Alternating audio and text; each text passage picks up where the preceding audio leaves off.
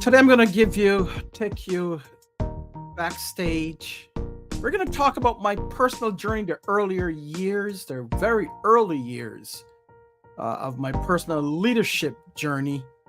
We're going to discuss some of the highlights. We're going to talk about what formed me into the leader that I am currently. This is the 30 episode 219. Let's go.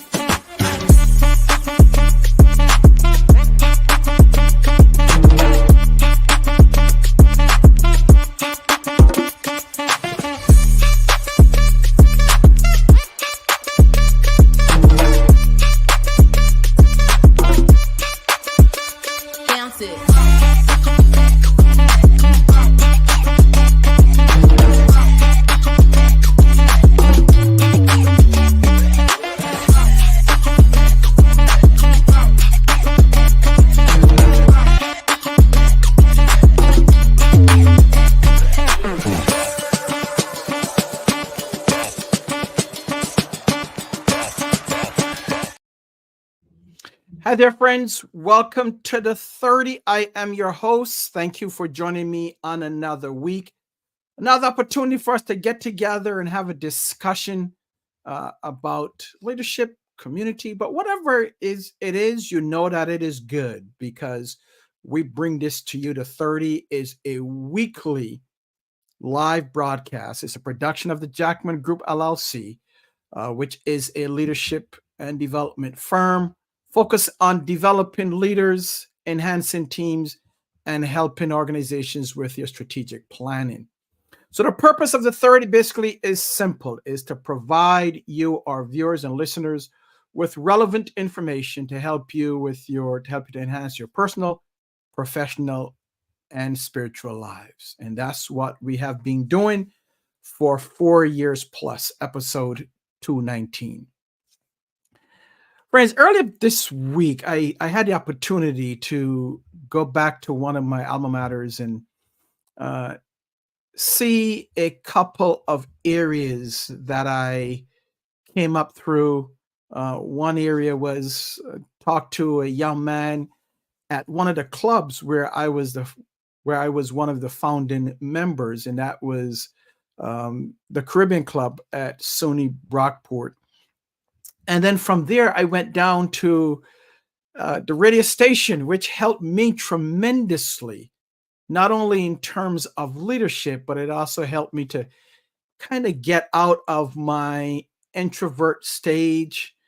So that was a great time to go back and connect with Kaz, who's the general manager there now, and he's been there for a fairly long time.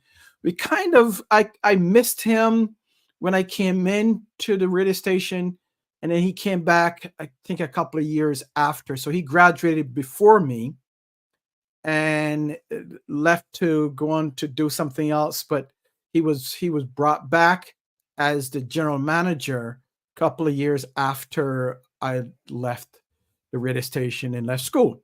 So it was a great time to go back and see what is going on, see where the Caribbean Club is now from years back, and also see the progress of the radio station and go back and really reflect on those great times in college.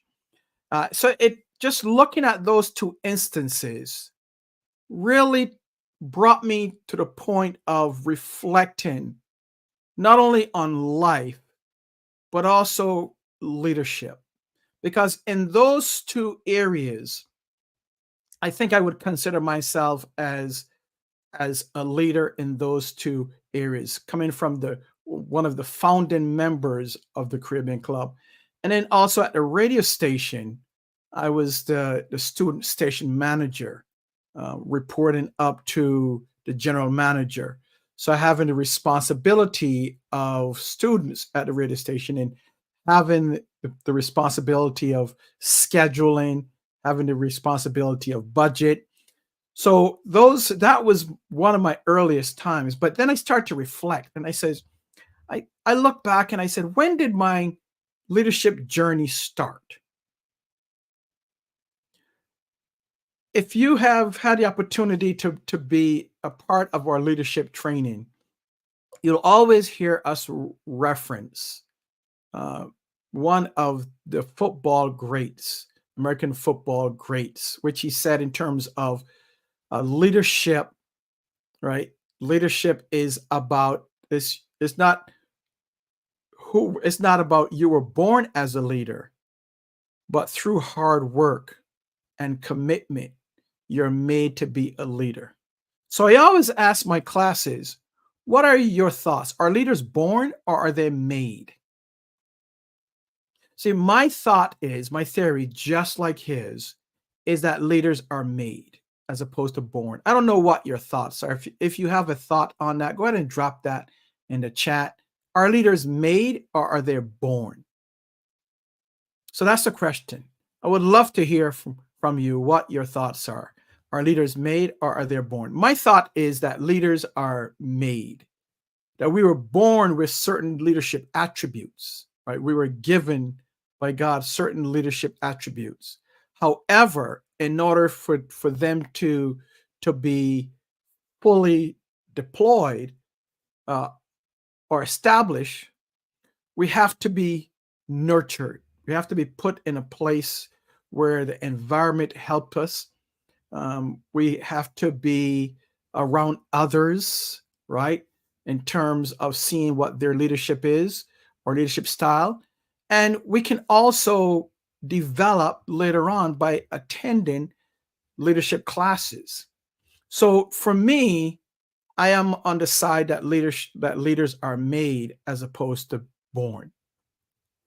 So as I reflect in terms of my leadership journey, the early years, I look back in my days back in Barbados as an early teen, and I remember fondly. So not only did I reflect on these two instances this week, but in late July, my wife and I went away to celebrate our wedding anniversary.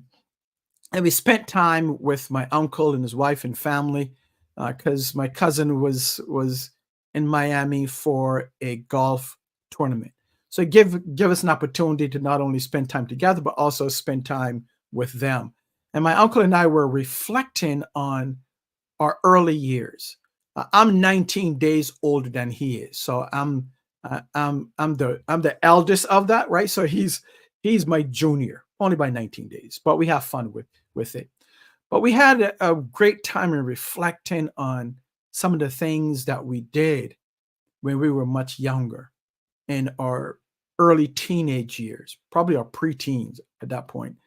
But I can remember as I was preparing for this show, I look back and it says, wow, I think that's where my leadership skills were developed. I look back and I says, I can really see where I started to cut my leadership style and develop my leadership skills. See, what happened was, and I remember this without a shadow of doubt. We lived in a country, and we were back in Barbados. Cricket was and still is. Cricket is number one, followed by football, which is soccer. And as an early teen, we didn't have a young cricket team in our village or area. So we decided to be brave. I decided to say, hey, let's form a cricket team. My uncle says, okay, let's do it. Other kids, boys says, okay, let's do it. Well, we didn't have a ground. So we found one, right? So we didn't have a roller to roll the pitch. So we found one that was miles away. So we decided, okay, we're going to borrow the roller and bring it to our ground. So, and bringing it was miles away. So we had to go through what we call gullies, which is a lot of shrubs and l- lots of stuff that will block you from actually bringing the roller on a flat surface. So we had to go down and up. So it was miles away. So we endured, we persevered, and we brought the roller to form a ground. So that was my first memory of leadership abilities and leadership skill. Because not only had I had to decide to do this, but I had to convince or persuade others that this is something that we needed to do. And we had to be creative in getting the roller to our home ground. And we now have to develop that ground and make it into a cricket ground, right? Cut the grass. We didn't have lawnmowers back then. So we had to learn to be creative in how to cut the grass. And then when we formed a team, we now had play others outside of our community, outside of our village, outside of where we lived. So I think that was the first instance that I can remember when it came to leadership and my leadership journey and developing my leadership skills. Which one was perseverance? Which one was perseverance? Which one was also in terms of convincing or allowing others to be part of the process? So, yeah, so that was the beginning of it. Then my next step in my journey after I immigrated to the US with my family, with my mom and my dad, now I started. So I went to high school for 1 year and then graduated and then went to a community college. So at a community college, now remember, I am 2 years, I think 2 years removed from the beautiful island of Barbados. So at the community college, we had a Caribbean club there. I don't know how I wasn't a very bold person. Well, I was bold, but I wasn't very vocal. I was more timid at the time and pretty shy. Imagine that. I considered myself more of an introvert as an extrovert back then. My wife would say, "You're not an introvert, you're an extrovert." But my core is more of an introvert. So at the Caribbean Club, we had an election. I put my name in the ring. Somehow I was voted as vice president. Imagine that, right? I found that to be pretty funny. As I look back at it and I reflect on it, I was like, wow, that was pretty funny. I had no idea what I was doing. I just thought that I needed to serve. I just thought that I needed to help, right? So I decided to run for office, got voted. Now, if you understand the Caribbean islands, the Caribbean islands are broken up by many different islands, whether it's English speaking, French speaking, Spanish speaking, and I think there's a Dutch island there as well. And then you break it up even further, you have the large islands, and then you have the smaller islands. So I'm from a smaller island. If you look at the bigger islands, you would say more like a Jamaica or Cuba, right? Those are more of the larger islands. The smaller islands, now Barbados, maybe St. Lucia, St. Vincent, Antigua, and those are more the smaller islands. So if you understand the dynamics of the Caribbean islands, there's always been like this big island versus small island. So that was even a reflection in the Caribbean Club at Kingsborough Community College, where you had those that were from the larger islands and those that were from the smaller islands. So there were always tension between the large island and the smaller islands. Whenever a decision had to be made, it was big islands versus small islands. So I represented as more of the smaller islands. So our president, I think it was Carl at the time, he was from Jamaica, which was the larger island. So there was always tension between the islands, between the students from the various islands. So whenever a decision had to be made, whether it's about what we did back then was fashion shows or anything, any activity, there was always tension. There was always discussion, right? Major discussion, because every island or the small islands generally banded together. We wanted to make sure that we were represented, that there was representation, that we weren't rolled over. So again, another point was I learned right there and then how to navigate the dynamics between larger and smaller, those that felt they were in charge and those that felt that they needed representation. Now, did I know what I was doing? Probably not. Did I make some mistakes along the way? Absolutely. But I hope that I represented the club well. So I learned how to navigate tension, how to navigate differences, because there were many from different islands. And I learned, one of my earliest learning points is how to diffuse tension between others. And not really to in terms of taking sides, but I learned to hear and listen to others before forming a conclusion or coming up with a decision. So those were some of the early years of leadership. While at Kingsborough, I was also asked to be on a panel, and this was, I'm going to date myself here. This was when the invasion with Grenada, Morris Bishop. You can go back and look at that, and there was a huge discussion on campus, right? The Caribbean islands. So I was asked to be on a panel to talk about that. And even within the Caribbean Club, there was dissent and discussion around what was right, what was not right. Learning how to navigate those waters helped informing my leadership style,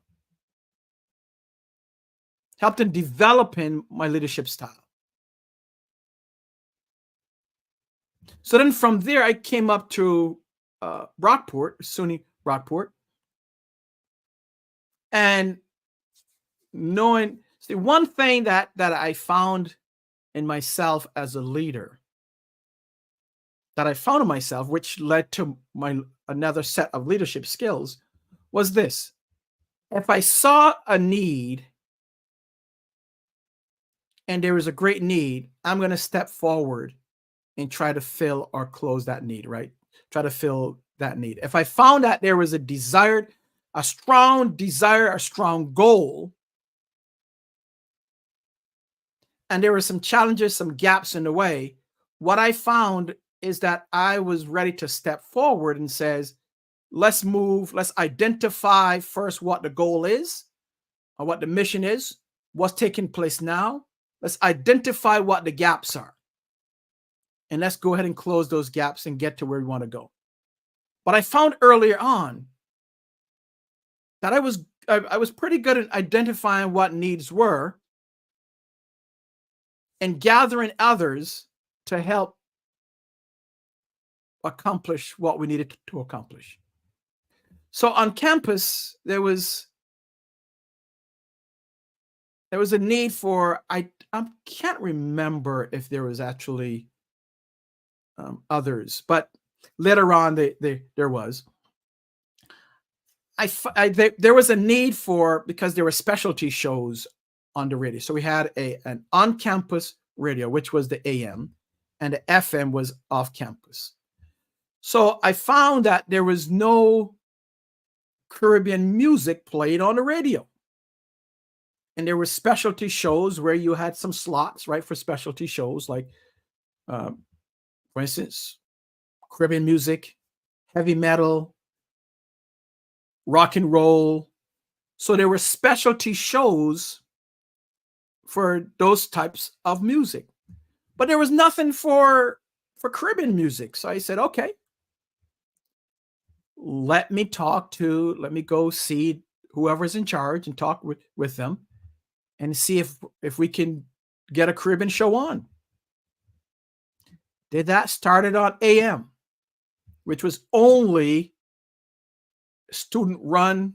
Well, the whole station was primarily student run, except for the general manager, who is from the industry. So it started on AM. Again, finding a need, finding that there was a gap, and then stepping forward and saying, let's make this happen. So from there, moved to FM, and then was voted on from the students on a radio station as the station manager. So stepping forward, so I had no idea that was the direction that it was. All I wanted to do was to get on the show, get on the radio, and play some music and have some fun. Right? That was the goal, was representation of the Caribbean students. Moved from the AM to the FM, started the same thing, started a 4-hour, and I remember this. Wow, there's something about Thursdays, because the show was also on a Thursday from 10 p.m. to 2 a.m. And it was the PJ Caribbean affair. So needless to say, we didn't have the library of records. So I found some individuals in Rochester, Sister Denise, that had a show, a very popular show on the RIT station, WITR, form a relationship with her, and also form a relationship with some of the record studios and record stores, I should say, record stores in Rochester. And that's how we went from going from where we were to where we decided to actually go, right, in terms of relationships, collaboration. So when we look at leadership, as I look back at my leadership style, it's all about collaboration. It's all about working with others to accomplish a common goal.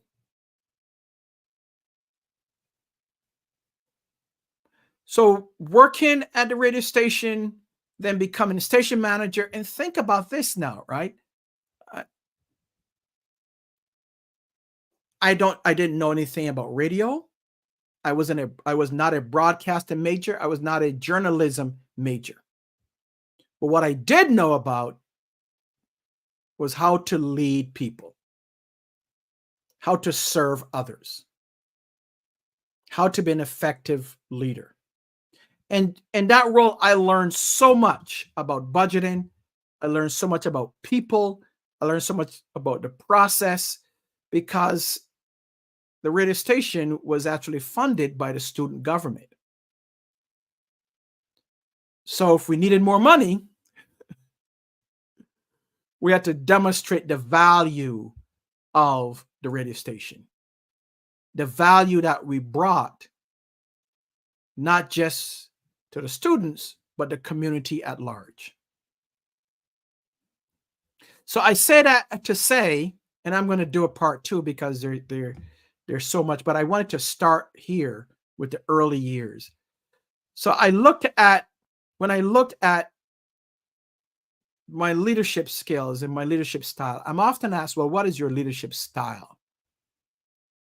Initially, I thought it was more of a servant leader, but I look at my leadership style more as a purpose-driven approach because I find what's needed and I come up with an approach purpose-driven to get it done. I also help others to develop their style. So when we talk about purpose, when it comes to leadership, I know my purpose is to help to develop others for greater in skill and ability. So that's what it's all about, is being, I don't know what your style is. Yours could be, we hear a lot about servant leaders, not so much anymore, but we hear a lot now about the purpose-driven approach to leader, or the purpose-driven leader. So I wanted to just talk about that and talk about some of the my earlier years as a leader, and coming weeks, maybe next month, I'll talk a little bit about the purpose-driven approach to leadership, because I think it's an important piece that most leaders are missing. We hear again about the servant leader, but we really don't hear much about the purpose-driven approach to leadership. And I want to talk about that. I want to explore that a little bit more. But folks, I just wanted to give you some background about my earlier years as a leader and developing to become a leader. Again, it's not so much in terms of born a leader, but having the attributes of leadership. And in the coming weeks, I'll also talk about some of the individuals, some of my mentors that I look up to and has helped me to become the leader that I am today. Because I can only be the person that I am as far as a leader through the help of others. None of us do things in a vacuum. None of us do it solo. But I've had tremendous leaders in my life. I've had tremendous mentors in my life and coaches, but I've had people that I look up to that have helped me in terms of my leadership journey. And my goal is always to help others. My goal is always to help leaders to be the best leader that they can be, whether it is through our training with the Jackman Group or leadership training, or whether it's through our leadership coaching, or through our Impact Leaders Connect community. So that's my goal. Part of my purpose in life is to help develop people, especially leaders, to be the best leader that they can be, to be the leader that God designed them to be. So I hope this was helpful, folks. I just wanted to share that with you. But in the coming months, weeks and months, I'll talk a little bit more about that, and we'll also talk about the purpose-driven approach to leadership. So thank you so much for being here. May God bless you. Remember to subscribe, sign up for our Impact Leaders Connect community. I am going to put that right now right up on the screen for you. It's already in a description, but make sure that you sign up. Make sure that you register to join our Connect community, Impact Leaders Connect community.